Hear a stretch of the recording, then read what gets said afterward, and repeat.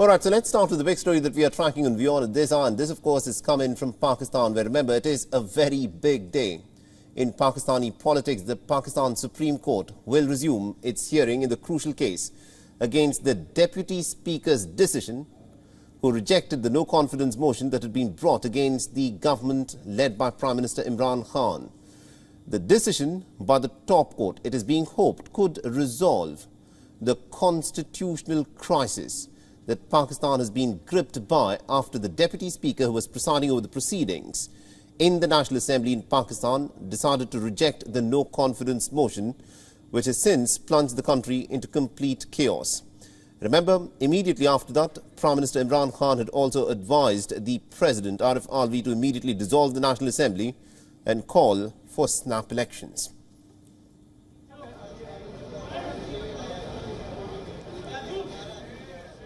And now to give us more updates in terms of what is likely to happen in Pakistan today, we are joined in by my colleague Anas Malik, who's joining us live on this broadcast. Good morning to you, Anas. This of course, is a very crucial moment where the Supreme Court, we're given to understand, is likely to pronounce its verdict. What do we know so far?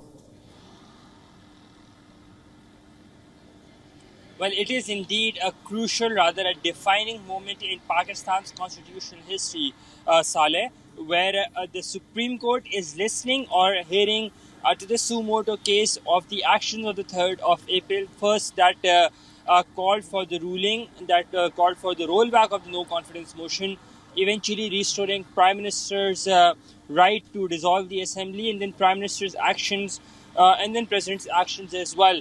Today is day 5th. In a very short while from now, in about less than 5 minutes or so, we'd be seeing that the judges walk into the courtroom and the hearing would resume. Now, today in the hearing, first Naeem Bukhari, the lawyer of the Speaker and the Deputy Speaker, would be giving his arguments. Then it would be Mr. Imtiaz, who is the lawyer of the Prime Minister. And after that, the Attorney General of Pakistan, Khalid Javed Khan, will be giving his part of the arguments as well. A critical day, a crucial day. All eyes would be on this court that's behind me, the Supreme Court of Pakistan, which would be going forward, deciding the course of action, the course of constitutional rule here in the country. What is expected?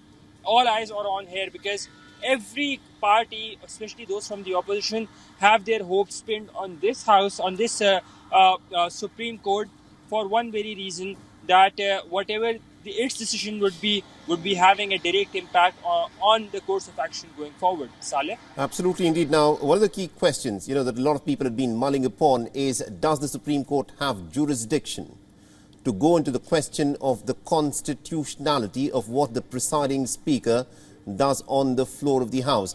What has the Supreme Court in Pakistan said on the issue of jurisdiction on pronouncing a verdict on this matter?